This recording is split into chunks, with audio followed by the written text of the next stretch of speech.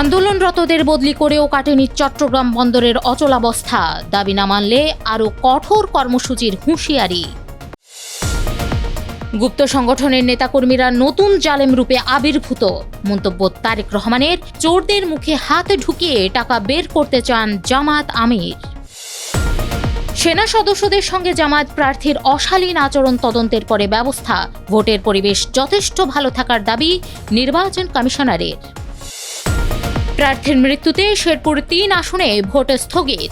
নির্বাচনে সংশ্লিষ্টদের সততা ও নিষ্ঠার সঙ্গে দায়িত্ব পালনের নির্দেশ স্বরাষ্ট্র উপদেষ্টার। মধ্যপ্রাচ্যে বাড়ছে উত্তেজনা। মার্কিন রণতরীর দিকে ধেয়ে আসা ইরানি ড্রোন ভূপাতিত করল যুক্তরাষ্ট্র।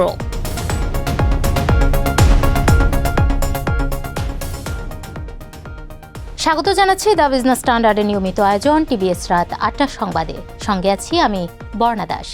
দেখছিলেন সংবাদ শিরোনাম, এবার বিস্তারিত। চট্টগ্রাম বন্দরে নিউমোরিং কন্টেইনার টার্মিনাল আরব আমিরাত ভিত্তিক প্রতিষ্ঠান ডিপি ওয়ার্ল্ডকে ইজারা দেওয়ার সিদ্ধান্তের প্রতিবাদে চট্টগ্রাম বন্দরে অনির্দিষ্টকালের শ্রমিক কর্মচারীদের কর্মবিরতি চলছে। এতে বন্দরের জেটি, টার্মিনাল, শেড ও ইয়ার্ডে তৈরি হয়েছে অচলাবস্থা। বন্দর রক্ষা সংগ্রাম পরিষদের ডাকে ৪ ফেব্রুয়ারি সকাল ৮টা থেকে চলছে এই কর্মবিরতি। আন্দোলনরতদের মোংলা, পায়রা বন্দরে বদলি করেও পরিস্থিতি সামাল দিতে পারছে না কর্তৃপক্ষ।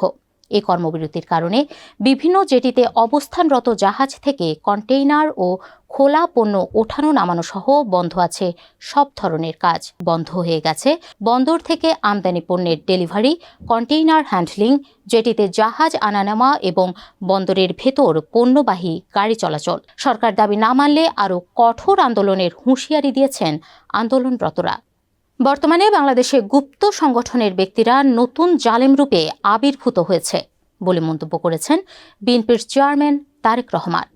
৪ ফেব্রুয়ারি বরিশাল নগরের বাঁধ রোডের বেলস পার্কে নির্বাচনী জনসভায় তিনি এ মন্তব্য করেন।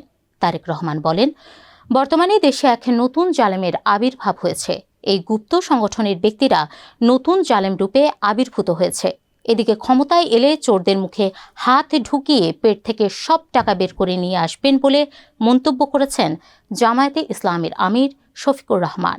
সকালে কুড়িগ্রাম সরকারি কলেজ মাঠে ১১ দলীয় নির্বাচনী ঐক্য আয়োজিত জনসভায় প্রধান অতিথির বক্তব্যে তিনি কথা বলেন।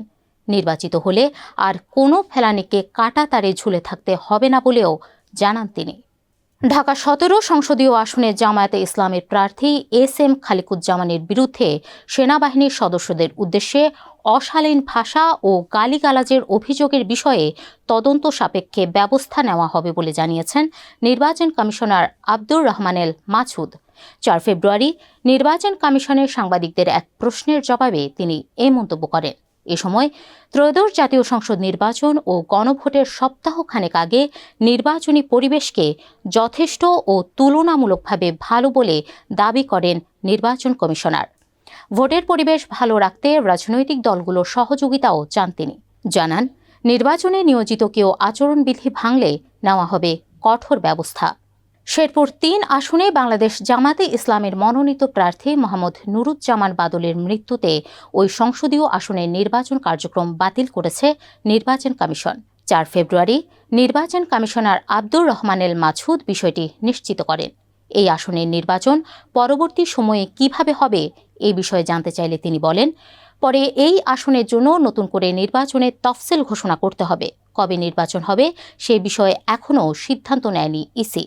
এদিকে ফ্যাসিবাদের করুণ পরিণতির কথা মাথায় রেখে সততা, নিষ্ঠা ও আন্তরিকতার সঙ্গে দায়িত্ব পালনের জন্য নির্বাচনে নিয়োজিত কর্মকর্তা ও আইনশৃঙ্খলা বাহিনীর সদস্যদের প্রতি নির্দেশ দিয়েছেন স্বরাষ্ট্র উপদেষ্টা অবসরপ্রাপ্ত লেফটেন্যান্ট জেনারেল মোহাম্মদ জাহাঙ্গীর আলম চৌধুরী। ৪ ফেব্রুয়ারি খুলনা বিভাগীয় কমিশনারের কার্যালয়ের সম্মেলন কক্ষে এক মতবিনিময় সভায় প্রধান অতিথির বক্তব্যে এই নির্দেশ দেন তিনি। যুক্তরাষ্ট্রের সামরিক বাহিনী জানিয়েছে, আরব সাগরে একটি ইরানি ড্রোন ভূপাতিত করেছে তারা। ড্রোনটি তাদের একটি বিমানবাহী রণতরীর দিকে ধেয়ে আসছিল বলে উল্লেখ করা হয় বিবৃতিতে।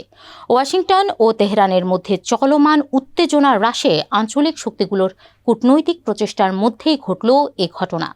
যুক্তরাষ্ট্রের সেন্ট্রাল কমান্ড এক বিবৃতিতে জানায়, মার্কিন বিমানবাহী রণতরী ইউএসএস আব্রাহাম লিঙ্কনের সুরক্ষার স্বার্থে ইরানি ড্রোনটি ভূপাতিত করা হয়েছে। মুখপাত্র টিম হকিংস বলেন, রণতরী থেকে একটি F-35C যুদ্ধবিমান ড্রোনটি লক্ষ্য করে গুলি চালায়।